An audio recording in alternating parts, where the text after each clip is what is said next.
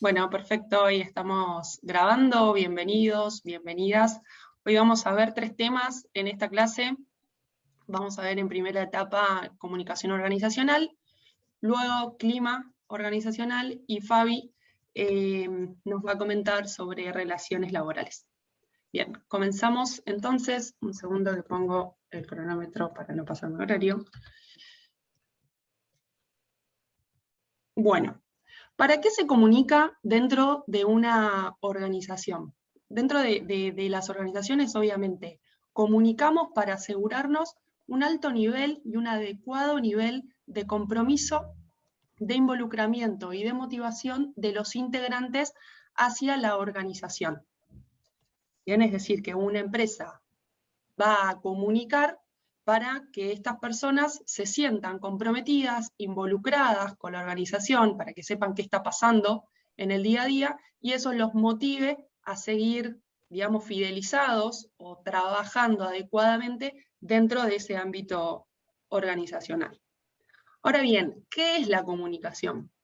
Como le gusta decir a Caro, es casi un milagro la comunicación, y es un proceso, dentro de su concepto, formal, es un proceso complejo de carácter social e interpersonal que se lleva a cabo con un intercambio de información, tanto verbal, ¿sí? Las palabras, la información que uno transmite, y lo no verbal, que también es información, pero a través del cuerpo, de los gestos, ¿no? Y que ejerce una influencia recíproca y que se establece un contacto a nivel racional y emocional entre los participantes. La comunicación se va a dar entonces entre 2 personas o más, y que van a, dentro de esos participantes, van a intercambiar información y van a compartir experiencias, conocimientos, sentimientos, ya sea cara a cara, a distancia, a través de medios artificiales.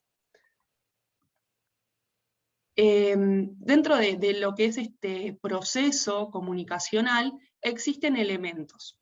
Obviamente, como les dije, es un proceso complejo, donde participan 2 o más personas que interactúan entre sí a un nivel racional y relacional. Entonces, existe el emisor y el receptor, el que emite el mensaje y el que lo recibe. Ese mensaje va a estar de alguna manera codificado, y que lo van a, el emisor va a transmitir información, el receptor justamente la recibe, y a través de su sistema de valores, de sus creencias, de sus experiencias no vivenciales, personales, va a codificar ese mensaje, lo va a percibir, lo va a interpretar y va a devolver, va a dar un feedback, va a dar una respuesta a ese mensaje que emitió el receptor, ¿no? Imagínense en una entrevista donde hay un entrevistador y un entrevistado, y van intercambiando mensajes a través de preguntas, respuestas, repreguntas, y todos esos mensajes se van a ir transmitiendo entre el receptor y el emisor, y viceversa. Dentro de la comunicación, uno de los elementos también fundamentales es el contexto, es la situación en la cual se da esa comunicación. No es lo mismo tener una conversación, por ejemplo, una entrevista, o una conversación difícil, por así decirlo, con un colaborador que lo estamos desvinculando, por ejemplo. ¿Sí? Entonces, tenemos que tener en cuenta ese contexto, esa situación, para saber cómo, del lado del entrevistador, del lado que está liderando el emisor, por ejemplo, quien esté liderando esa conversación, tiene que tener en cuenta qué tipo de conversación está teniendo con la otra persona, para poder hacerlo de la mejor manera posible, que se interpreten los mensajes, asegurarnos que la otra persona está entendiendo. Por eso es importante conocer las barreras que existen en la comunicación, que son las psicológicas, las de relaciones, las ambientales, las verbales y las interpersonales. Para poner ejemplos, dentro de las barreras psicológicas puede ser que dentro de una entrevista, o en el contexto de una entrevista, el candidato sea muy introvertido o demasiado extrovertido y no lo podamos interrumpir o parar para hacerle una pregunta o una repregunta. Entonces, conocer esto al entrevistador le va a dar herramientas para poder de alguna manera disipar o entender estas barreras de comunicación y llevar la entrevista de la mejor manera posible. Dentro de lo que es el ambiental, dentro del contexto de la situación, se supone que la entrevista tiene que estar dentro de un ambiente cálido, ameno, sin interrupciones. No es lo mismo tener una entrevista en un lugar donde están pasando todo el tiempo para buscar café o agua, otros colaboradores, que en un ambiente más cerrado, donde tal vez la persona se sienta mejor y en un ambiente más confidencial. Las verbales, por ejemplo, el vocabulario, el idioma, y las interpersonales, que pueden ser de, por ejemplo, juicios, prejuicios que tengan las personas y la mala interpretación que puede devenir de esos prejuicios. ¿Sí? Entonces, lo importante acá de los elementos de la comunicación es que cada uno de nosotros fuimos criados, educados de una manera diferente, por eso es que interpretamos las palabras y las conversaciones de una manera distinta, y conocerlos nos va a dar herramientas para que podamos comunicarnos de una manera más eficiente. ¿Qué es la comunicación organizacional? Bueno, es el flujo de mensajes que existe dentro de una red de relaciones interdependientes y que involucra tres aspectos fundamentales, que son la cultura, el contexto y la comunicación externa. ¿Sí? Entonces, la comunicación organizacional es la forma en que se relacionan, se comunican las personas dentro de un entorno laboral, dentro de una empresa, dentro de una organización. Es fundamental en toda comunicación organizacional que se dé la integridad entre la comunicación externa y la comunicación interna. Se dice que la comunicación organizacional tiene que ser 360, es decir, verla como un todo, ¿no? Que involucre a la cultura, el contexto y la comunicación externa o relaciones institucionales, comunicación institucional, en las multinacionales se llama así, pero tiene que ser coherente, o sea, lo que apuntamos es que la comunicación 360 debe ser coherente interna y externamente. ¿A qué me refiero con esto? Si, por ejemplo, vamos a una empresa que es responsable socialmente y es activista en cuanto al medio ambiente, del ecosistema, digo, bueno, esa empresa externamente le está diciendo a sus vecinos que no contamina y que todos sus desperdicios los recicla. E internamente tiene una cultura en que, no sé, se imprime cualquier cosa y hay un desperdicio masivo en lo que es papel, y además usan sorbetes plásticos, que ya no se puede usar más, bolsas plásticas y además vasitos plásticos. Esa comunicación que se está dando internamente para el colaborador es incoherente con la que se está dando en el contexto y de la comunicación externa hacia los vecinos o el contexto donde está inserta esa empresa. Entonces, para ser alineada esa comunicación internamente, podrían poner vasitos de cartón o directamente los vasos térmicos, que son reutilizables, obviamente, lavables, sorbetes de cartón, o directamente no utilizarlos, por ejemplo. ¿Sí? Entonces, a eso me refiero con la integridad en la comunicación externa e interna. Y además, en toda comunicación organizacional, tenemos que tener en cuenta el liderazgo.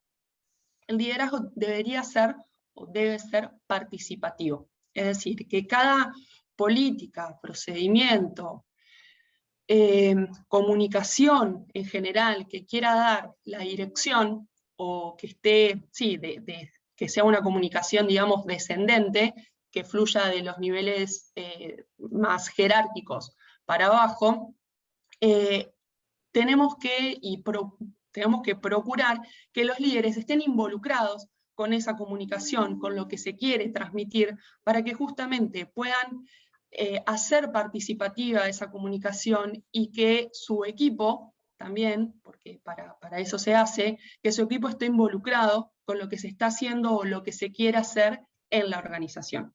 Entonces, por eso se dice que es una comunicación en cascada, la ideal, para que los mandos medios, los líderes de la organización, estén involucrados, los hagamos partícipes de esa comunicación y lo transmitan adecuadamente a su equipo de trabajo. Bueno, la comunicación organizacional es transversal a todas las áreas de recursos humanos. ¿Sí? Los vamos a ver en todas y cada una de ellas. ¿Por qué? Porque, como les dije, comunicación 360, vamos a planificar el talento y hacer la búsqueda y selección según la cultura de la organización y lo que queremos comunicar externamente. Va a estar involucrada también en todo lo que tiene que ver con la carga de novedades de la liquidación de sueldos. Recursos humanos debe tener un circuito aceitado de comunicación interna para que los líderes puedan decirle a la persona que liquida sueldos, bueno, qué cantidad de horas extras hizo esta persona, o alguna novedad, ¿no? Ausencias, certificados por enfermedad, lo que sea. Lo mismo en gestión del desempeño, tenemos que ser proactivos con la comunicación de cuándo se van a hacer la evaluación de desempeño, para qué sirve, sus objetivos, y bueno, cuando esté la evaluación propiamente dicha, y hacer el feedback respectivo. O sea que todas las funciones de recursos humanos tienen que estar alineadas con esta comunicación y tener un proceso, un circuito de comunicación aceitado para que haya un ida y vuelta formal y rápido, eficiente, para que todo esté alineado y todo funcione a la perfección. Bien, los tipos de comunicación interna. Existe, esto un poco se los adelanté, la comunicación descendente, que es cuando la comunicación o los flujos de información fluyen de los niveles superiores a los inferiores, ¿sí? Que por ejemplo son los líderes de equipo, esta comunicación en cascada.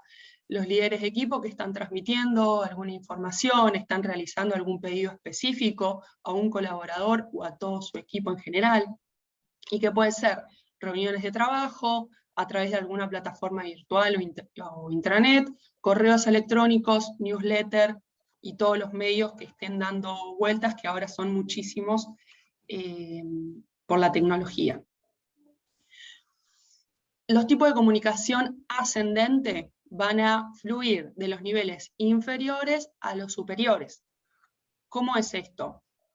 Cuando, por ejemplo, un colaborador necesita pedir vacaciones a su líder y luego validarlas con recursos humanos. Bueno, a través de un correo electrónico, como va a depender de cómo esa organización estipula o quieren hacer el tema de vacaciones. Generalmente es un correo electrónico que primero lo valida el jefe y después recursos humanos lo asienta y le da un comprobante a esa persona para, bueno, que de tal día a tal día va a tener vacaciones. Entonces eso sería un pedido ascendente. Puede ser también a través de una opinión o una respuesta a través de las encuestas de clima, por ejemplo, un feedback a través de la evaluación de desempeño, a través de focus group, un buzón de sugerencias, que bueno, antes se usaba mucho, ahora tal vez ya esté menos utilizado. Todas las opiniones, pedidos, necesidades que tenga, tal vez. Perdón, los buzones de sugerencia ahora son como electrónicos, digamos, ¿no? Se manda una casilla o se completa un formulario en la web. Exacto, exactamente. Así que bueno, eso, y no solamente hablamos de colaborador, sino tal vez de algún mando medio, de algún líder que esté sugiriendo, opinando o dando un feedback hacia sus niveles superiores. Perdón, y también, por ejemplo, en las empresas que tienen el tema del código de ética, también normalmente se generan canales de comunicación ascendente donde la gente pueda elevar sus preocupaciones respecto del cumplimiento del código de ética de las empresas, que a veces Bien. son anónimos o incluso manejados por un tercero. Eso también sería un tipo de comunicación ascendente, ¿no? Totalmente, sí, los registros de hallazgo, que ahora se me acaba de ocurrir en el sistema de gestión de calidad, cuando una organización es proactiva, un colaborador registra un hallazgo, dice, no, esto se podría hacer mejor o tiene una oportunidad de mejora, lo eleva a calidad para que sea tratado y se hagan acciones de salida para poder mejorar eso. Bien. También existe la comunicación horizontal, que esta comunicación va a fluir entre colaboradores de un mismo nivel. ¿Sí? Por ejemplo, el analista de ventas habla con el de compras para ver si tiene el stock suficiente para poder cerrar una venta. ¿Sí? O el líder de comunicación externa habla con comercial para decirle, bueno, dame la lista, te pido la lista de precios para poder publicarla externamente. ¿Sí? Entonces, va a fluir dentro del mismo nivel jerárquico, si se quiere, dentro de una organización, entre compañeros de trabajo o entre departamentos. Puede ser en reuniones de equipo, con gerentes, a través de correos electrónicos o algo más informal de, bueno, te cruzo por el pasillo o te mando un chat interno para solicitar algo y así. Bien, los flujos de comunicación o las redes que existen de la comunicación. Existen redes formales y redes informales. Las redes formales son aquellas que están establecidas formalmente por la organización y que definen cómo un colaborador debe comportarse dentro de esa organización, porque como sabemos, va a depender de la cultura organizacional que tenga esa empresa. ¿Bien? Las redes formales son vistas, los ejemplos por ahí más prácticos, es el organigrama, las políticas, los manuales de inducción. Y esta red formal de comunicación inicia con el día 0, por ejemplo, del reclutamiento de esa persona que ingresó a la empresa. ¿Sí? Esa persona vio en un portal de empleo, en LinkedIn, en donde sea, bueno, esta empresa formalmente está publicando un aviso que necesita cubrir la vacante de gerente comercial. ¿Bien? Y además, después, cuando ya en la última etapa del proceso de selección, que esa persona se integra a la organización, se hace el onboarding, bueno, ve de qué manera debería comportarse a través de las políticas y el manual del empleado, por ejemplo, o manual de inducción. También existen las redes informales, que son las relaciones sociales que existen entre compañeros de trabajo, entre los colaboradores dentro de una misma organización. Por ejemplo, amistad entre compañeros de trabajo. Y acá tenemos que hacer una salvedad. En toda organización existe el radio pasillo. El radio pasillo, yo no diría que está bien o mal. El radio pasillo es útil siempre y cuando la información que esté, que se comparta informalmente, sea efectiva, sea cierta, sea de utilidad para los colaboradores. Muchas veces utilizamos el radio pasillo para que una información fluya de manera más rápida, pero hay que ser muy objetivos con esto, de decir, bueno, la información que se brinde o que esté, tiene que ser cierta, que brinde certidumbre a los colaboradores, rápida y de gran utilidad. Los canales de la comunicación, bueno, son los vehículos donde se transmite o viajan los mensajes entre el receptor y el emisor, que pueden ser los medios o las acciones. Los medios son los canales no presenciales masivos, que puede ser un flyer a través de una plataforma de internet, puede ser un video, un mail, los banners, todo lo visual o lo auditivo, todas esas sí, escrito medios. también, ¿no? Exacto. Sí. Los medios es como si uno dijera, ¿cuáles son los medios de comunicación que existen para informarse? Y bueno, las redes sociales, los diarios, los portales web. Esto audiovisuales. llévenlo al nivel de la organización. Esos son los medios. Y las acciones son justamente las acciones que se realizan para referirse a los medios y reforzar el mensaje que se está dando a través de ese medio. ¿Bien? Que son las interacciones cara a cara, que pueden ser masivas, segmentadas, es decir, de colaborador a colaborador o un equipo de trabajo, o interpersonales, de uno a uno, que pueden ser reuniones de integración, desayunos, de cumpleaños, reuniones, evaluaciones de desempeño, etc. Dentro del plan de comunicación vamos a escuchar, planificar y medir. Recuerden que todo lo que se mide se puede mejorar.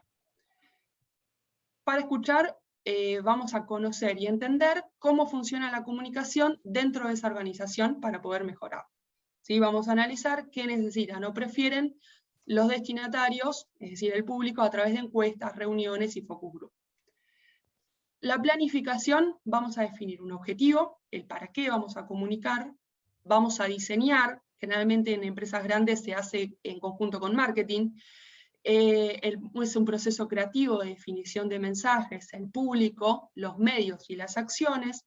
Planificamos, propiamente dicho, que es, nos sentamos con el cronograma de acciones y el calendario para ver cuándo comunicamos cada evento y cada comunicación, y lo implementamos, es decir, ejecutamos la distribución de los mensajes y de las acciones.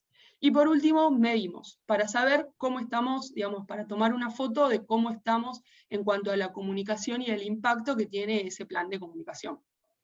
Medimos de manera cualitativa o de manera cuantitativa. La manera cualitativa es a través de focus group, de entrevistas, es para realizar un diagnóstico de cómo estamos. Y la medición cuantitativa van a surgir de las métricas que utilicemos, por ejemplo, de los medios para transmitir la información. Generalmente las plataformas masivas para comunicar, podemos sacar analytics, métricas, para ver qué impacto tuvo esa pieza de comunicación y cuántas personas la abrieron, cuántas personas llegaron a esa pieza. Perdón, por ejemplo, o sea, si ustedes postean un video, ¿no? en la internet de la empresa, se puede ver cuántas reproducciones tuvo, Exacto. cuánta gente puso comentarios, cuántos pusieron reacciones, y eso a veces es importante porque muchas veces las empresas destinan mucho tiempo y esfuerzo en generar algo que no genera atracción, o sea, no es atractivo para los empleados si no lo miran, y se gastó un montón de dinero y el mensaje no llegó, ¿no? Entonces, todo lo que es la medición es sumamente importante, sobre todo, siempre, bueno, después vamos a tener una clase de indicadores, ¿no? Pero cuanto mayor sea la inversión, más relevante es la medición. Exacto. Vamos a analizar a través de esto qué impacto tiene para ver después cómo seguimos, si seguimos invirtiendo o si tomamos otro camino. Un plan de comunicación interna se puede llegar a hacer de la siguiente manera. Vamos a ver un ejemplo porque estamos cortos de tiempo. Por ejemplo, que me resulta más fácil es un cumpleaños. ¿Sí? En la empresa donde yo estuve trabajando se festejaban los cumpleaños, entonces el objetivo es reconocer a la persona que cumple años en su día. El público en general son todos, porque Recursos Humanos quiere que todos sepan que Juan cumple años, y en particular el cumpleañero, Juan. El medio es la pieza comunicacional que se va a dar o se va a enviar por intranet, por alguna plataforma digital que tenga la empresa. La acción es llevarle una torta de cumpleaños, si esa persona está físicamente en la oficina, le lleva la torta para que la comparta con sus compañeros de trabajo, o si está de manera virtual, se la lleva a la casa para que la comparta con su familia, ¿sí? O bueno, con sus amigos. El mensaje sería: Juan, feliz cumpleaños, te deseamos lo mejor, ¿sí? El flyer que se quiera hacer para mandarlo en este medio masivo, la fecha cada vez que cada persona cumple años, y la ejecución, que puede ser a través de recursos humanos, es decir, quién implementa eso es recursos humanos, también puede ser marketing, y administración, porque es quien paga en este caso el obsequio o la torta que se le quiera dar a la persona. Bien, esto es fácilmente un diagrama de cómo se planifica la comunicación, un evento en una organización. Ahora, sé que fui muy rápido, si tienen dudas lo podemos charlar en los breakout room. Vamos a planificar una comunicación interna, que va a ser virtual, para por lo menos una o muchas, digamos estas tres, de estas acciones. El regreso a la presencialidad, una búsqueda interna y una encuesta de clima. Teniendo en cuenta todo esto que vimos recién, ¿no? O sea, cada breakout room elige uno de estos tres. Exacto, exacto. Y como que completan este cuadrito. Exacto. Bien. Vamos, estaba 15 minutos, pero vamos 10 o 13 más 1. Diciendo es que, aunque sea una acción de comunicación, y si en el mejor de los casos en las organizaciones hay alguien que hace comunicaciones, nosotros desde lo que es gestión de personas, todo el tiempo vamos a tener que comunicar un montón de cosas y está bueno que tengamos claro que este es un paso estructuradito como para pensar qué, cómo, cuándo comunicar, ¿no? Exacto. Y súper importante, Ani, como todos, siempre cuando nosotros le decimos esta área se ocupa de para qué, cuando nosotros pensamos una capacitación, tenemos que pensar cuál es el objetivo, y en la comunicación es exactamente lo mismo, ¿no? O sea, uno no sale a ver con qué se inspira hoy. Tenés que tener un objetivo y a partir de ese objetivo diseñar todo el proceso. Es extremadamente relevante para todo lo que hacemos, ¿no? Exacto. Así que bueno. Bien, gracias. Bueno, continuamos con clima organizacional. El cronómetro en marcha.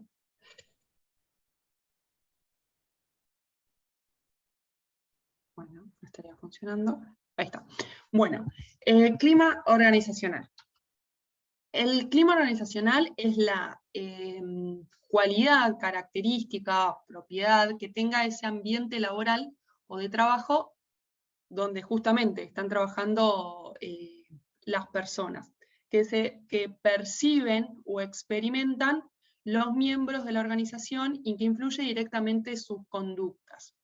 A ver, dicho por ahí más bajado, sería toda persona que trabaja en determinada empresa va a percibir de una manera diferente, por lo que les dije anteriormente, por sus vivencias, por su experiencia, de una u otra manera, de una manera más positiva, de una manera más negativa, lo que esté pasando en esa organización y que va a influir directamente en cómo se comporta, en cómo se desempeña esa persona dentro de ese ambiente laboral, y que va a depender exclusivamente de la empresa en donde se esté desarrollando. Claro, perdón, para hacerlo entendible Sí. para los que nunca trabajaron, ustedes cursan distintas materias este cuatrimestre. Seguramente tienen una vivencia, y a través de una vivencia, una percepción, una opinión de esta cátedra y de las otras cátedras que están cursando. Y seguramente su comportamiento y su actitud hacia esa materia no es exactamente igual, porque dependiendo cómo es ese ambiente que se genera y las lecturas que ustedes hacen de lo que pasa, va a ser su percepción. Obviamente que no todos necesitamos opinar igual, pero seguramente hay una gran mayoría que tiene una percepción parecida. Y esa percepción parecida es el clima organizacional. Excelente, gracias, Caro, por la aclaración. Bueno, al igual que la comunicación organizacional, el clima es transversal a todas las áreas de recursos humanos. Está, digamos, todas las áreas y toda esa cultura en la organización está influenciado por el clima que se vive en esa organización en particular. ¿Qué características tiene el clima organizacional? Es que se refiere a las características del medio ambiente de trabajo, No es lo mismo para una persona tal vez trabajar con luz natural y que otra de trabajar sin ventanas a la vista o en un lugar más oscuro. Es percibido directa o indirectamente por sus miembros. A algunos les puede afectar más, a algunos les puede afectar menos lo que esté pasando dentro de esa organización. Difiere de una organización a otra, incluso entre áreas. Por ejemplo, yo puedo trabajar en varias consultoras de recursos humanos y esas consultoras difieren en su clima organizacional porque claramente son diferentes unas de otras y cada una tiene una cultura diferente. Y además puede el clima organizacional variar entre áreas. Por ejemplo, esto es muy común, inclusive en empresas donde la satisfacción laboral sea diferente entre áreas, porque influye también mucho el liderazgo que tenga ese team leader, ese líder para con su equipo. Entonces, esto influye muchísimo en el comportamiento y en la productividad de las personas que trabajan en esa empresa.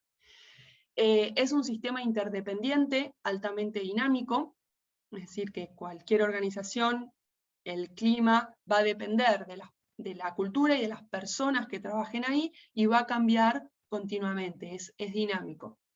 Tiene repercusiones en el comportamiento laboral, esto que les decía recién, va a influir en la productividad y en el desempeño de los colaboradores en la organización, genera alto impacto en los resultados de la organización. Si tenemos un clima propicio, adecuado, donde todos están contentos, los resultados, el impacto que va a tener en la rentabilidad va a ser mayor. Y es relativamente permanente en el tiempo, puede modificarse, por eso es que lo que se aconseja es medirlo, para que una vez que se mida, se puede mejorar. Los factores que influyen en la percepción del clima, como les decía recién, es el tipo de liderazgo y las prácticas de la dirección. Esto es, por ejemplo, si en un área hay un líder que es demasiado autoritario, bueno, tal vez la percepción sea, uy, acá no me dejan hacer lo que, por ahí no me dejan innovar o no me dejan traer ideas a la mesa o todas las ideas que traigo son rebotadas.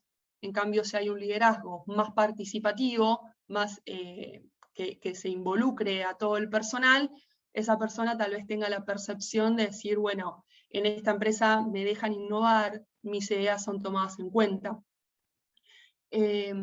También influye el sistema formal y la estructura de la organización. Esto tiene que ver con las redes formales de comunicación, en lo que puedo hacer y no puedo hacer dentro de esta empresa, o si es una estructura tal vez muy burocrática, donde para hablar con mi jefe tengo que tengo que pedir una cita con la secretaria.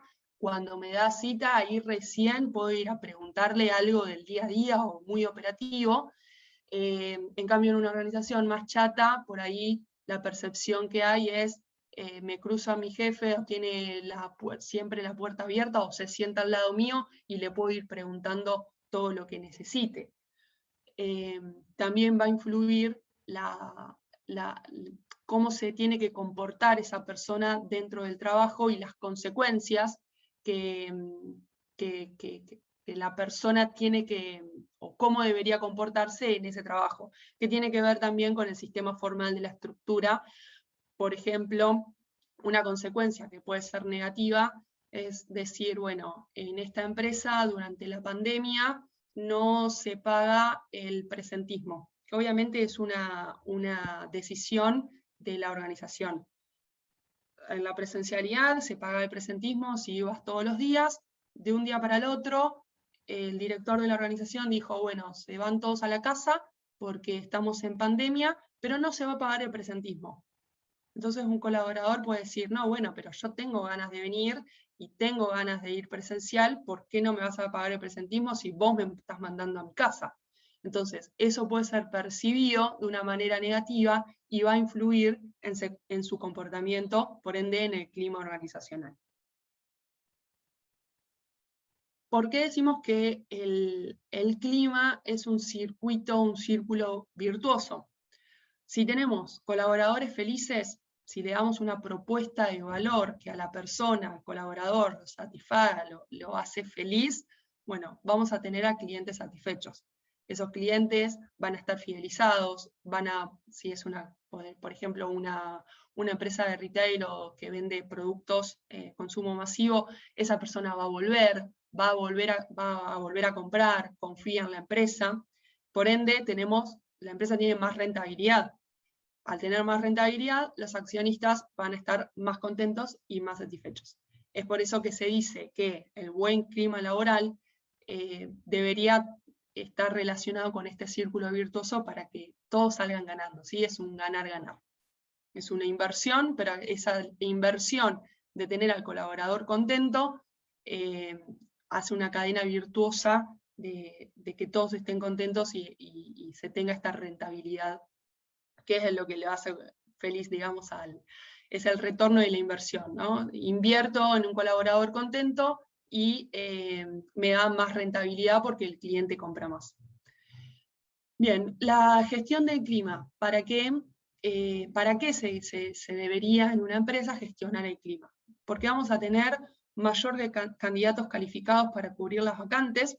Entonces, por ejemplo, nunca pensaron en, bueno, qué lindo sería trabajar en Galicia, trabajar en Santander, trabajar en Oracle, no sé, en empresas por ahí que hacen buena gestión de su marca empleadora y de su clima organizacional para ser vistos afuera por esos candidatos potenciales, por talento calificado, para ingresar a la organización. Entonces, cuanto mayor se gestione, o mayor sea la gestión del clima organizacional, vamos a tener mayor embudo de candidatos calificados para cubrir las vacantes. Y más ahora que la información es tan accesible, porque antes, no sé, las mejores empresas para trabajar salían en la revista Apertura, que tal vez llegaba a un mercado muy chiquitito, pero hoy es información pública, y ustedes te llaman para una entrevista y buscas mejores empresas para trabajar, sobre todo si estás trabajando y si sos una persona que tu perfil es atractivo, ¿no? Entonces esas cosas hoy se pueden... Hay otra página que se llama Love Mondays, que quiere decir como amo los lunes, que también los empleados califican a las empresas y ponen comentarios de cómo es su experiencia de trabajar ahí. Y mucha gente antes de aceptar una propuesta laboral miran a ver qué dicen en Love Mondays. Exacto. Exactamente, o la buscan en una página que es muy conocida, que se llama Great Place to Work, que ahí está el ranking de empresas, para las mejores empresas para trabajar. Vamos a tener la disminución del índice de rotación, la gente no se va a querer ir, se va a ausentar menos. Una pregunta. Sí, ¿Y esto Valentina. cuando califica como una de las mejores empresas para trabajar? O sea, ¿qué criterios o quién las califica como las mejores? Bien, ahora lo vamos a ver, muy bien, te estás adelantando. Hay un ranking y bueno, la empresa se postula, Great Place to Work interviene en la empresa, hace la encuesta y después rankea los mejores lugares para trabajar. Ahora lo vamos a ver. Perdón, en función de la respuesta anónima de los empleados, ¿no? A Correcto. todos los que participan en la encuesta se le hacen las mismas preguntas, y en función de lo que contestan los empleados en forma anónima, un tercero, que en este caso es Great Place to Work, arma el ranking por distintos tamaños de organización, porque obviamente no es lo mismo una empresa de hasta 100 empleados que una de 3.000 o una de 50.000. Exacto, exacto.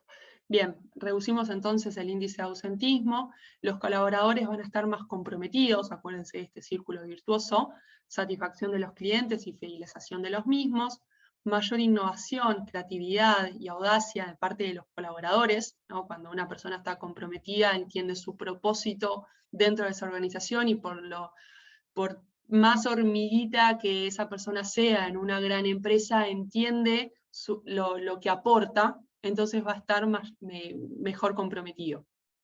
Va a haber mayor productividad y rentabilidad y mayor competitividad en el mercado, es decir, esa empresa al tener todas estas cosas positivas, este clima organizacional positivo, va a ser más competitiva en el mercado, tanto como sus competidores, como para sus clientes internos, que serían los colaboradores que quieren ingresar a la empresa. ¿Cómo se gestiona el clima organizacional? Existen 3 fases. Vamos a diagnosticar, vamos a hacer el diseño del plan de acción y vamos a implementar todo aquello que hayamos diseñado y propuesto en el plan de acción. Y vamos a hacer, por supuesto, el seguimiento. Dentro del diagnóstico, esto es muy, muy importante porque va a depender, es decir, el diagnóstico se hace a través de una encuesta que está validada, o que se puede hacer también internamente, pero tiene que estar, digamos, bien hecha, y tenemos que tratar de distinguir aquellos aspectos por los cuales nos gustaría preguntar, y también que vamos a poder mejorar o hacer algo para que esa respuesta de cada uno de los empleados valga, digamos, y tome confianza en ese resultado y en esa acción que después se quiere llegar a hacer. Es decir, que los indicadores que nos va a mostrar esta encuesta de clima van a tener que ser utilizados para realizar alguna mejora. No, por ejemplo, no vamos a preguntar sobre remuneraciones si la empresa no está de acuerdo o no en este momento no quiere dar un aumento de sueldo. ¿Sí? Entonces, tiene que estar validadas todas las preguntas para después poder hacer algo. ¿Qué pasa si preguntamos sobre algo que después no se va a hacer, no se va a emitir alguna acción? Perdemos confianza. Entonces, la próxima encuesta de clima, nadie te va a responder porque dice, ah, no, ¿para qué la voy a responder si no van a hacer nada con lo que yo respondo? Entonces, ojo acá, y hay que tenerlo en cuenta. El método de evaluación, entonces, es una encuesta basada en un modelo. También se puede hacer un focus group, por ejemplo. Esta encuesta, como recomendación y sugerencia, debería ser anónima para que el colaborador la pueda responder de forma, digamos, objetiva, y que, no se van a dar cuenta de quién soy yo, asegurar, digamos, la confidencialidad en la respuesta. Vamos a luego lanzar la encuesta y vamos a hacer el análisis de los resultados. Algo que me olvidé de las encuestas es que se hacen a través de afirmaciones, por ejemplo, qué tan satisfecho estoy en el lugar donde estoy trabajando. Entonces la persona puede responder del 1 al 5, por ejemplo, qué tan de acuerdo está con esa afirmación. ¿Sí? Y así se puede preguntar sobre satisfacción laboral, sobre estilo de liderazgo de donde está trabajando, sobre si percibe que es equitativo su aporte en la organización. Ahora se está usando mucho una encuesta de pulso que le preguntan frecuentemente al colaborador qué tanto te sirvió estar de manera presencial en la oficina el día de hoy, ¿sí? Como para ir teniendo una tendencia a cómo valora o qué percibe esa persona del clima organizacional y de cómo se está comportando la empresa hoy. Una vez que tenemos los resultados, ¿sí? Tabulamos todas las encuestas, analizamos bien las métricas y tenemos los indicadores, vamos a diseñar un plan de acción. En el plan de acción es fundamental la comunicación de los resultados a los colaboradores. Esta etapa es, digamos, elemental para que el colaborador confíe y diga, ah, mira cómo dieron los resultados este ciclo, qué bueno, podemos mejorar acá, podemos, el mismo colaborador puede proponer alguna acción de mejora, y a partir de eso, de esta comunicación y de estos resultados, Recursos Humanos va a planificar acciones en conjunto, puede ser hasta con los colaboradores, a través de un focus group, con los líderes y obviamente con la dirección, para validar a ver si este diseño es apropiado para lo que está pasando, y obviamente, que ahora lo vamos a ver, tiene que estar aceptado el presupuesto para esas acciones de mejora, que tiene que ver con la implementación y el seguimiento. Entonces hacemos el diseño, el plan de acción, lo validamos con la dirección dentro de la etapa de implementación y comunicamos las acciones de mejora que se van a hacer y cuándo, cómo se van a poner en marcha. Por ejemplo, en una de las empresas donde yo trabajé, los colaboradores habían puesto que les gustaría tener un comedor. Bueno, perfecto. Cuando implementamos e hicimos el seguimiento, se implementó el comedor, las personas empezaron a ir al comedor, estaban súper contentas, se involucraron en muchísimas áreas y personas que tal vez no se conocían del día a día de trabajo, pero en ese almuerzo se empezaron a relacionar. Obviamente el clima mejoró y hicimos el seguimiento y este comedor tuvo un impacto positivo en la vida laboral de estas personas. Vamos a hacer el control de los resultados del plan y una programación o una planificación para el próximo ciclo de gestión de clima. ¿Cada cuánto se hace una encuesta de clima? Esto va a depender de las organizaciones, ¿sí? Depende de cada organización en particular, pero se recomienda cada 1 año o 18 meses.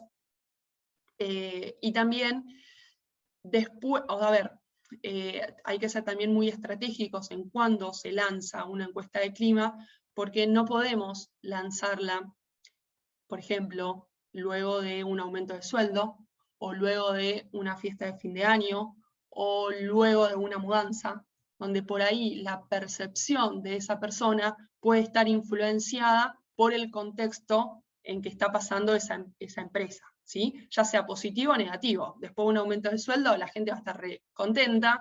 Después de un evento masivo, que la pasaron todos re bien, puede llegar a estar contenta. O después de una mudanza, la gente dice, uy, no, bueno, me queda re lejos. Perdón, Marti. Me permito disentir un poquito en el sentido siguiente, ¿no? O sea, es verdad que hay que pensar en qué momento haces una encuesta, porque todos estos factores pueden influir en el cambio de percepción. Pero tampoco yo pienso que las personas son tontas y porque hiciste una fiesta se va a olvidar que su jefe lo maltrata todos los días y va a contestar bien la encuesta de clima, ¿no? O sea, creo que la gente, no sé, yo... Sí, no tenemos que subestimar tampoco. No podemos subestimar a la gente, porque así como vos decís no hacerlo juntos, hay muchas empresas que dicen, no, vamos a hacerlo después de la fiesta.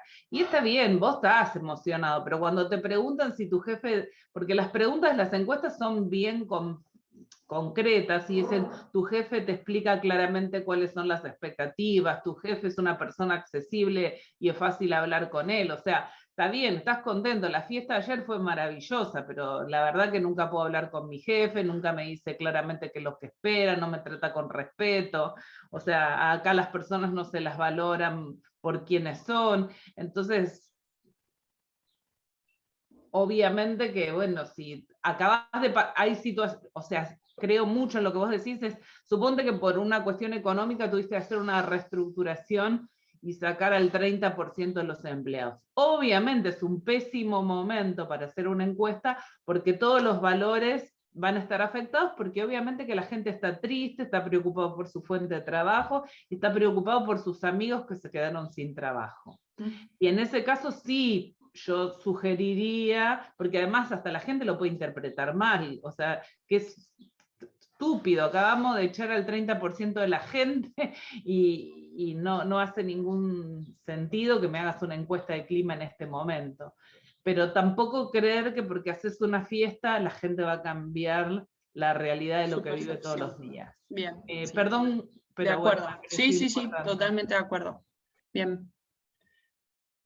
Perfecto. Y acá lo que preguntaba Valentina del método de Great Place to Work, es un método que está validado y estandarizado a nivel internacional, ¿sí? Esto no es algo improvisado, hace muchísimos años que esta encuesta está en el mercado e intervienen las empresas que desean participar de este ranking. Así que es súper confiable la información que da. Es una encuesta anónima de muchísimas afirmaciones que la persona debe responder y que está estandarizada y depende de la cantidad de empleados, como dijo Caro, que tenga esa organización. Después, a través de esos resultados, Great Place to Work los analiza y los separa según, y hace el ranking, ¿no? Según, bueno, de 1 a 25 empleados, de 25 a 50, ¿sí? Hay diferentes encuestas. Si ustedes ingresan a la página de Great Place to Work, van a encontrar todos los resultados y los rankings que existen. Incluso ahora agregaron sobre perspectiva de género, las mejores empresas para trabajar para mujeres, por ejemplo, y está segmentado también por Argentina, América Latina, ¿sí? Van a encontrar de todo, y además por rubros de empresa, ¿sí? Todo lo que es industria masiva, todo lo que es IT. Así que está bueno. También tienen un blog donde hay muchísima información e ideas para hacer un benchmarking y bueno, utilizar. ¿En qué se basa esta encuesta? Lo que ellos piensan es que, bueno, vamos a tomar esta encuesta con el colaborador en el centro, asumiendo o tratando de percibir, mejor dicho, cómo ese colaborador está respecto a la relación con su trabajo, a la relación con sus compañeros y a la relación con sus líderes. Y van a tener en juego, en esta encuesta, diferentes variables.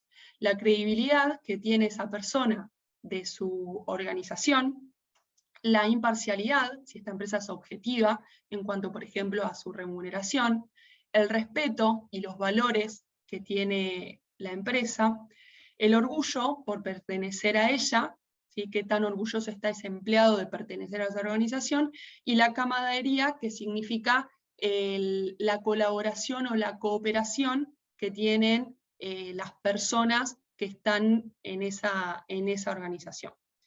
Es un método que está bueno, es complejo de aplicar, pero es fiable y da visibilidad hacia el exterior para poder, digamos, atraer candidatos potenciales y talentos, obviamente, a la empresa. ¿Bien? Sí, lo que es importante, esto es como en los test, ¿no? Para que un test sea fiable, lo tenés que haber medido muchas veces y saber que efectivamente mide lo que quiere medir. ¿Se acuerdan cuando hablamos de test psicológicos?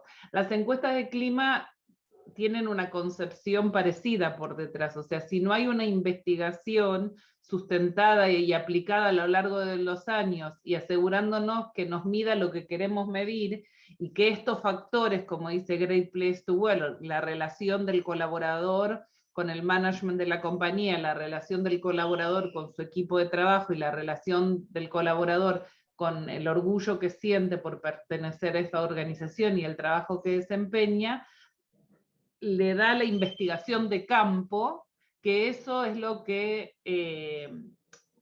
realmente demuestra que la empresa es un excelente lugar para trabajar para la gente, porque son esos tres factores los que la gente considera al momento de sentir que trabaja en un excelente lugar. Que obviamente, como dijo Martina, se abren como en 60 preguntas. Cuando uno crea su propia encuesta es medio complicado, porque si no tenés un modelo que antes haya sido investigado, es medio difícil, ¿no? Y después, bueno, hay otras consultoras que no ofrecen rankings a nivel conocido, digamos, que no te sirven para el branding, pero sí son modelos también probados que también se pueden considerar si la empresa no quiere. Algunas veces las empresas tienen miedo no quieren no estar en el primer lugar, digamos, ¿no? Y entonces deciden no participar. Bien.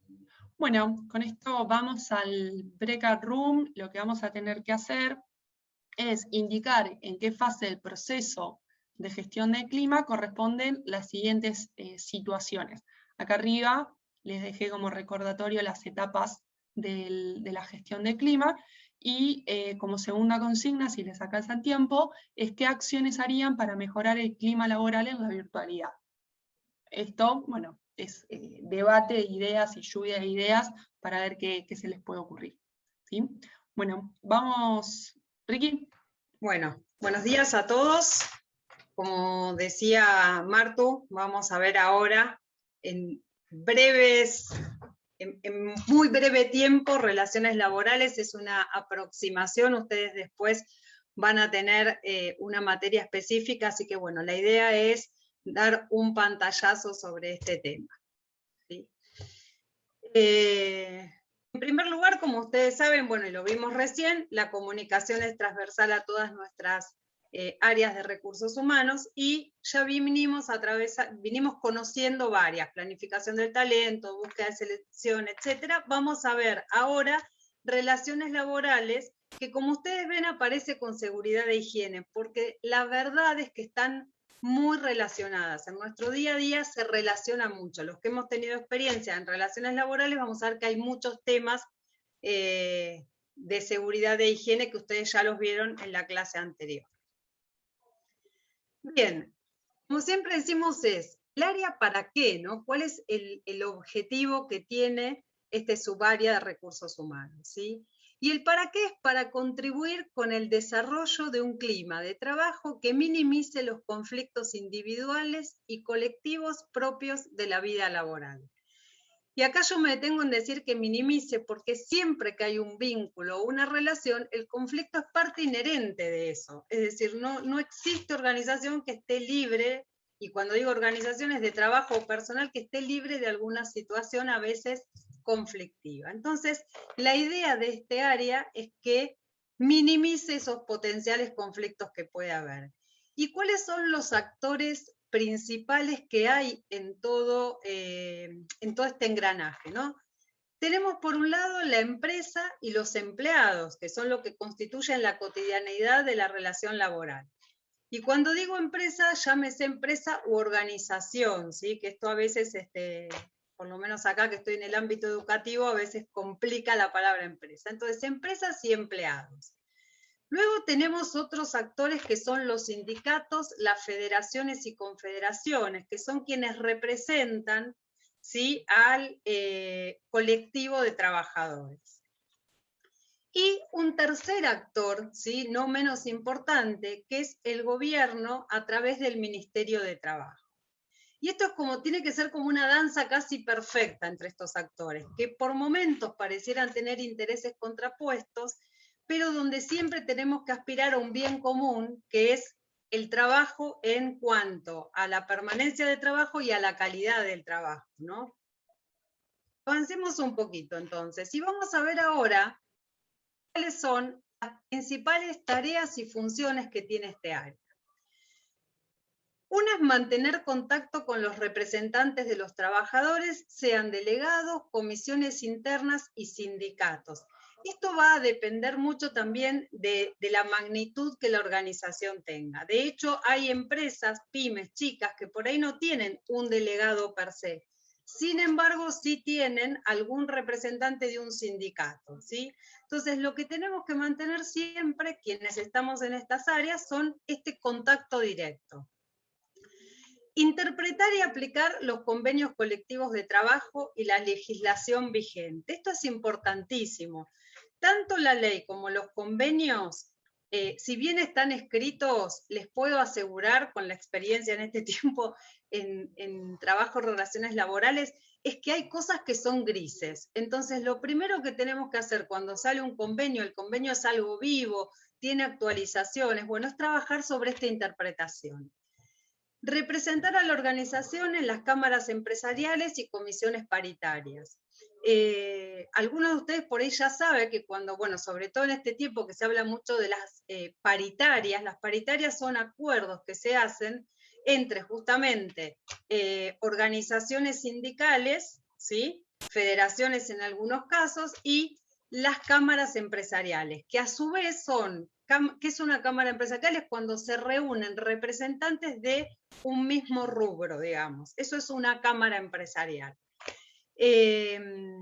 Tenemos también representar a la organización ante el Ministerio de Trabajo. Por ejemplo, cuando nosotros hacemos un acuerdo de salida, muchas veces esos acuerdos se homologan en el ministerio. Y quien va al ministerio a firmar es generalmente el representante en relaciones laborales o el abogado que esté ejerciendo esa función en el área. es importante que les diga que no necesariamente tiene que ser abogado quien representa a la organización ante el Ministerio de Trabajo. O sea, un profesional de recursos humanos, un egresado, como puede ser cualquiera de ustedes el día de mañana, puede tener un poder para representar a la organización en este tipo de conciliaciones frente al Ministerio. Constituir el canal formal por el cual deben conducirse las quejas y reclamos. Esto es sumamente importante. Si en recursos humanos logramos que nos identifiquen como ese lugar donde pueden relevar aquellas quejas, reclamos, ya sea el delegado o cualquier colaborador, o sea, esto es importante porque les va a permitir tener un termómetro anticipado de cómo está el clima, relacionándolo con lo que Martina nos acaba de decir, cómo está el clima en estos temas en la organización. Fomentar el bienestar de los empleados e incrementar su moral de trabajo. Bueno, esto es muy importante también en relaciones laborales porque uno va caminando los lugares de trabajo y va viendo también cómo, en qué condiciones trabaja el trabajador, por decirlo de alguna manera. Establecer un ambiente cotidiano de respeto mutuo y confianza para mantener una saludable relación entre la administración y los trabajadores. Bueno, esto no lo voy a ahondar porque es algo obvio, aunque no siempre presente, ¿no? Vamos a ver entonces ahora un poquito las políticas de relaciones laborales. Ustedes recordarán en nuestras primeras clases cuando definíamos qué era una política. Ojalá tuviera tiempo, pudiera abrir el micrófono de ustedes y decir, bueno, ¿se acuerdan qué era una política? Pero estoy segura que todos se acuerdan. Entonces vamos a ver esto que la política nos indicaba como que es el ADN o que nos indica que es la presentación de ese espíritu que tiene la organización en relaciones laborales, va a reflejar el modo directo de la ideología, la cultura y los valores que asume la dirección de una organización. Por eso es tan importante tener en claro cuáles son las políticas en materia de relaciones laborales. Acá vamos a ver distintos tipos de políticas de relaciones laborales que pueden aparecer en las organizaciones. Una política, un estilo de política que puede haber es la paternalista, ¿sí? La paternalista, como ustedes ven acá, tenemos un sindicato muy fuerte, que le podemos llamar una representación sindical fuerte, y abajo un montón de gente y que va y hace peticiones, podríamos decir. Bueno, esta política lo que hace es que la organización siempre ceda ante el pedido que hace el sindicato, sea cual sea. La mala noticia que tenemos es que ante un pedido satisfecho siempre aparece otro. Esto les pasará a ustedes en lo cotidiano, ¿no? Entonces, la política, digamos, lo que nosotros debemos asegurar como personal de relaciones laborales de mantener bajo el conflicto, si cedo todo el tiempo y jamás negocio, voy a estar permanentemente en un estadio como de inconformidad, ¿sí? A pesar de que les di todo. La paternalista es cortoplacista y debilita la organización. ¿Por qué cortoplacista? Por esto que les digo. Satisfago algo y al rato voy a querer otra cosa, y otra cosa, y otra cosa. Y por otro lado, transmite inseguridad a los líderes de la organización. ¿Y por qué? Porque no les deja, no les permite tener ninguna variable para con sus empleados, porque culturalmente se sabe que todo lo que pidan se les va a dar. Luego tenemos el opuesto, que es la autocrática. ¿Sí? Miren qué lindos los señores de la organización y el pobre colaborador chiquito abajo, ¿no? La autocrática es al revés, es una postura rígida legal. Esto significa que cada vez que a mí me vengan a hacer una petición, la organización va a agarrar el convenio colectivo y va a decir, esto acá no figura, no se los doy. No aparece el sentido común ni la empatía de empezar a entender por qué me están pidiendo lo que me están pidiendo, ¿sí? Es unilateral porque claramente no hay negociación, está o no está, no hay una conversación que me permita, insisto, entender el porqué del requerimiento. Hay falta de diálogo, perjudica a la gerencia y a la supervisión, porque imagínense si ustedes hacen, les doy un ejemplo cortito, pero hoy tenemos la virtualidad que no existía y no existe todavía un marco legal de cómo vamos a volver. Entonces recién salía en nuestro equipo el hecho de tener, por ejemplo, Internet paga por el empleador como beneficio de clima, etcétera. Si yo estoy en una política autocrática, la organización lo que va a decir es, no, no está en ningún lado escrito. En vez de entender el por qué me están pidiendo eso, qué costo tiene, qué inversión, etcétera.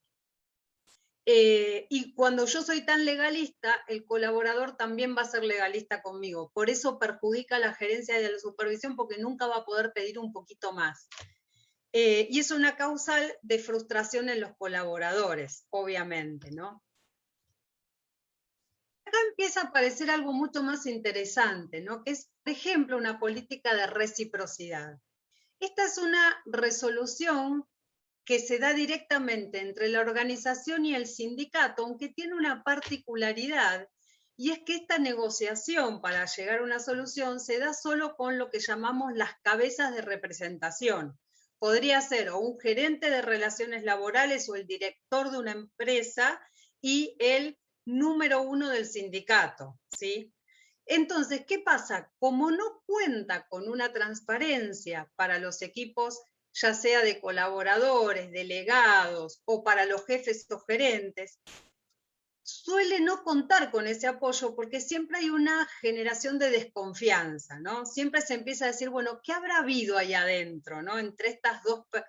Entonces, bueno, nos acercamos porque hay una conversación, pero todavía nos está faltando la validez de quienes van a recibir política, que son los colaboradores, delegados y los gerentes o supervisores.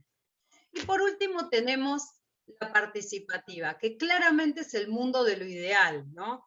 Sindicato y trabajadores, por un lado, y organización y sus dirigentes y supervisores trabajan juntos en entender cuáles son estos reclamos y la validez de los mismos, independientemente de que estén escritos o no escritos.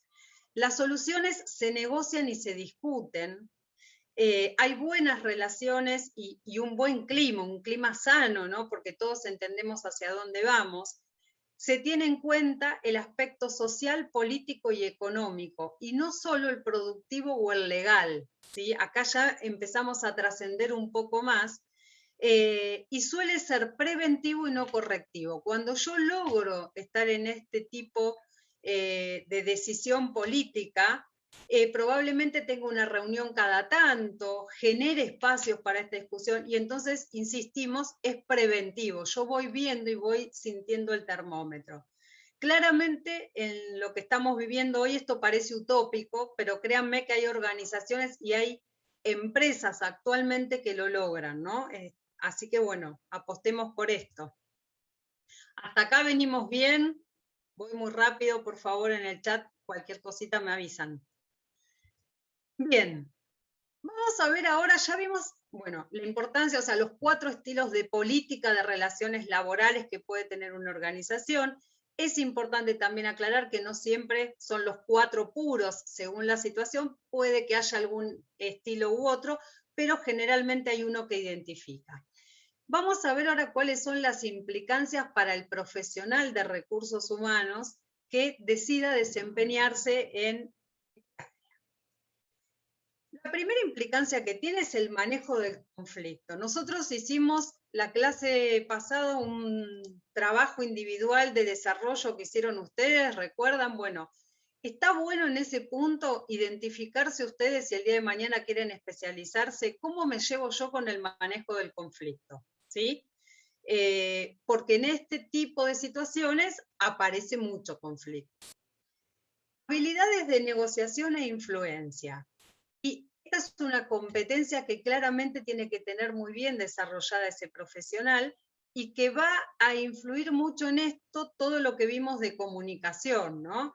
La negociación y poder influir en el otro implica tener una excelente capacidad de escucha y habilidad comunicacional.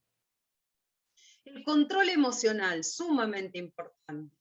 Estas discusiones no siempre son tan productivas como anhelamos que sea, y uno tiene que tener el control emocional, sobre todo cuando se enfrenta a situaciones de injusticia, ¿no?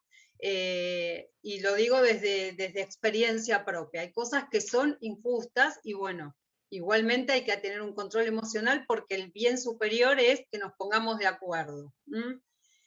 Química en las relaciones, que también yo lo llamo empatía, ¿no?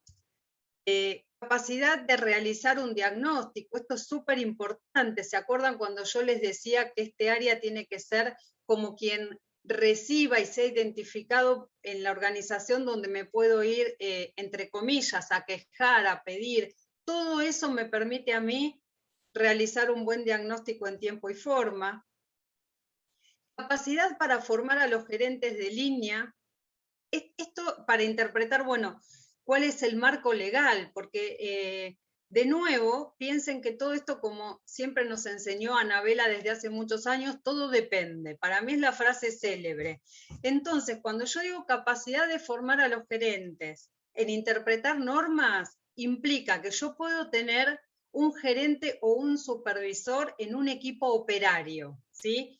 Que probablemente solo tenga un nivel secundario y que no tenga por qué entender de la normativa todo lo que yo necesito que entienda para gerenciar sus equipos.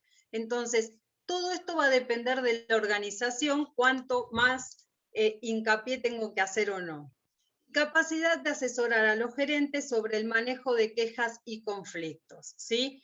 Porque acá también el gerente tiene que tener manejo de conflicto, control emocional, etc. O sea, fíjense cuántas cosas, cuánto implica para este puesto que tenemos que hacer. Ahora vamos a ver, bueno, en términos de conflictos, ¿sí? Los conflictos colectivos que suelen darse y su resolución. Yo creo que lo que sería interesante que esta semana, a pesar de que la clase es chiquita, empiecen a leer los diarios o a ver tele, para entender cuánto de esto que vieron hoy, de clima, comunicación y relaciones laborales, lo pueden plasmar en la realidad, ¿sí? Tenemos entonces el sindicato de trabajadores por un lado, la organización de empleadores o cámaras patronales.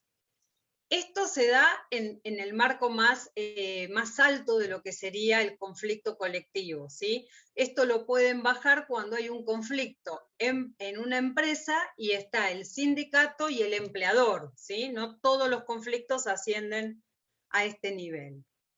Vamos a ver algunas de las formas de presión sindical que se conocen. Acá van a encontrar una diferencia. En clases pasadas cuando lo dimos aparecía, pero profe, ¿por qué hay lícitas e ilícitas? Lo lícito o ilícito tiene que ver con el encuadre legal que habilita la acción y con otra cosa que es muy importante, que es haber agotado la instancia de negociación. Cuando se hace una forma de presión sindical donde la negociación y el diálogo estuvo ausente, entonces a eso le llamamos una forma de presión sindical ilícita. ¿Cuáles son las lícitas? La huelga, que está en el marco de la Constitución, e insisto, la huelga se llega después de una serie de pasos que deberían haberse ejecutado para que se llegue a un acuerdo, ¿no?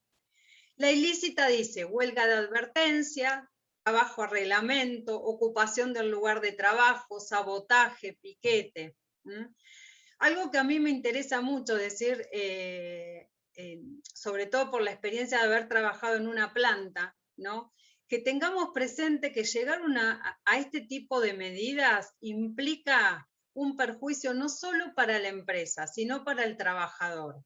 El día que podamos comprender que nos necesitamos mutuamente y que mutuamente tenemos que respetarnos, porque digo, también el empleador tiene que dar un trabajo digno, pagado como corresponde, etcétera. Pero digo, ese es el mejor arreglo, ¿sí? Bien, después tenemos los medios de acción patronal, el lockout o cierre patronal, que es cuando a ustedes les cierran el lugar de trabajo por X situación y entonces no se puede producir o la gente no puede entrar, ¿no? Muchas veces esto a veces se hace hasta con intención de llevar a una empresa a la quiebra, ¿no? Y bueno. Y después la lista negra, que obviamente es ilegal, pero que también sucede. ¿Qué es la lista negra? Es identificar a aquellos colaboradores que tienen una intención o un sesgo de representación sindical y en la primera de cambio poder sacarlos, ¿sí? Bueno, esto sucede. Entonces, yo siempre digo que acordar, lo mejor que nos puede pasar es acordar un proceso de confianza. Podemos unirnos para un fin común y lograr lo que necesitamos lograr, y esto es real, esto pasó en plena pandemia, o sea, hubo organizaciones que habiéndose peleado con el sindicato un montón, entendieron que ellos necesitaban seguir trabajando y el sindicato entendió que había que cuidar la fuente de trabajo de ellos. Sabemos que las fuerzas opuestas se terminan eliminando, esto lo sabemos siempre, ¿no? Y el conjunto de todos es más que todos separados, ¿sí? Bien. Fabi, te sí. diría que hagas el cuadrante siguiente y pases al BOR, porque estamos... Listo. Entonces, en el cuadrante lo que vamos a ver son los objetivos y la confianza que se da para esto. Es como negocio, ¿no? ¿En qué lugar me puedo parar para una negociación? Tenemos dentro del cuadrante cuando yo estoy negociando con un opositor. ¿Y qué características tiene cuando son opositores? No conocen los objetivos de cada uno, no confían el uno en el otro. Las partes se anulan y se convierten en enemigos. O sea, solo estoy mirando lo que yo quiero. No hay diálogo acá, ¿sí? Y además no hay confianza, que es lo peor que puede pasar. Adversarios. Adversarios no conocen los objetivos del otro, pero sí confían en uno en el otro. Entonces, la decisión la toma el que más cerca del problema real está, ¿sí? Aliados estratégicos, y acá me empieza a gustar un poco más. Conocen los objetivos del otro, no confían. Entonces, se genera un acuerdo puntual orientado a un resultado específico, ¿sí? Entonces, para la situación puntual, yo necesito el resultado. Caso, vuelvo a decir, algunas situaciones que nos trajo el COVID-19. Después tenemos la figura de socios, que quizás es como la más linda, ¿no? Y a la que debiéramos aspirar, que es conocen los objetivos del otro y confían mutuamente. Se generan acuerdos basados en la colaboración y ambas partes se benefician, ¿sí? Este sería como el ganar-ganar, que se conoce mucho. Acá nada, esto después si quieren se los paso, o sea, básicamente lo que quería representarles en esto rápido es que cuando fue en el año 2020, con todo esto del COVID-19, hubo mucho trabajo entre las asociaciones sindicales y las empresas, siempre con un foco muy puesto en lo remunerativo, ¿sí? Pero también acá empezaron a haber conversaciones de la forma de trabajo y de cómo cuidar. En el 2021, ¿sí? Empiezan a haber reclamos de tipo paritario, pero con una presencia marcada en las calles, con esto de lo que llamamos lo lícito o lo ilícito. Y aparecen cuestiones nuevas muy interesantes, como por ejemplo, acordar un piso del 30% de representación en la conducción gremial con mujeres, ¿no? La mujer está empezando a tener una preponderancia muy importante en lo que son los sindicatos, ¿sí? También apareció, bueno, que yo ahí se los puse, ¿no? Capacitaciones sobre cómo son las mediaciones virtuales, o sea, nos cambia el mundo de la relación laboral. Siempre hay un foco, insisto, muy importante puesto en la paritaria a nivel económico. Y acá nada, simplemente un repaso rápido, ¿no? De qué cambió en el mundo de las relaciones laborales.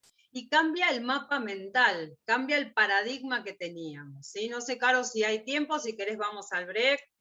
No, deberíamos ir al break porque perfecto. Nos quedan 10 minutos y menos de 15 minutos no. Listo, entonces vamos al break y acá les ponemos. En el contexto actual, ¿cuáles dirían ustedes que son los tres principales temas a trabajar de los que se enuncian acá? ¿Sí? Paritarias para ajuste salarial, teletrabajo, nuevas condiciones de trabajo, modelo mixto, que es a lo que se viene el desafío nuevo, que es presencialidad, virtualidad, incorporaciones, despidos, reducción de jornada laboral. Entonces, teniendo en cuenta el cuadrante de objetivos que vimos, de objetivos y confianzas, ¿cómo diseñarían la estrategia para una negociación eficiente en alguno de estos tres que ustedes elijan? Eligen los tres prioritarios, ¿sí? Y después que están los tres, vemos cuál, si les queda el tiempo, con qué parte del cuadrante y cómo lo harían. Bueno, les comparto trabajo en duplas. Bueno, acá vamos a hacer un roleplay. En las duplas, van a imaginar que son parte del equipo de recursos humanos de una multinacional de soluciones, servicios y relacionamiento con clientes, donde la gran mayoría de los colaboradores se encuentran sindicalizados y últimamente se percibe a través de Radio Pasillo una tendencia a incrementarse los conflictos laborales, dado que en un par de meses se realizará una mudanza de las oficinas. El gerente general solicitó a Recursos Humanos un plan de gestión humana de la mudanza de las instalaciones de la empresa que se va del centro de Ciudad de Buenos Aires a zona norte en provincia. Van a tener que releer las fichas de comunicación, clima y relaciones laborales y recomendar un plan de acción y su respectiva planificación en cuanto a la comunicación para buscar minimizar los potenciales conflictos sindicales y con los colaboradores y obviamente también disminuir el mal clima laboral que se puede llegar a dar. Para ello les vamos a pedir que desarrollen el trabajo considerando tema comunicación, clima y relaciones laborales. Entonces, van a tener que, a través de esta planillita que la vimos en la clase, completar el qué, que es la comunicación de la mudanza, esto es lo que les pide el gerente, tener una reunión con los delegados sindicales de la propia empresa y la encuesta de clima. Van a tener que definir objetivo, el público, a quién va a estar dirigida esa comunicación, el medio, la acción, el mensaje que se va a querer transmitir, la fecha, es decir, cuándo se va a dar a conocer esta comunicación, o por ejemplo, cuándo se va a lanzar la encuesta, cuándo se van a reunir con el delegado gremial y cuándo va a suceder la comunicación de la mudanza. Y la ejecución, quiénes van a participar de esas comunicaciones, ¿sí? De esas reuniones. ¿Bien? Bueno, entonces los mandamos a 15 minutos más o menos de break room y ven las dudas del TP o de cosas que hayan quedado pendientes. Vamos.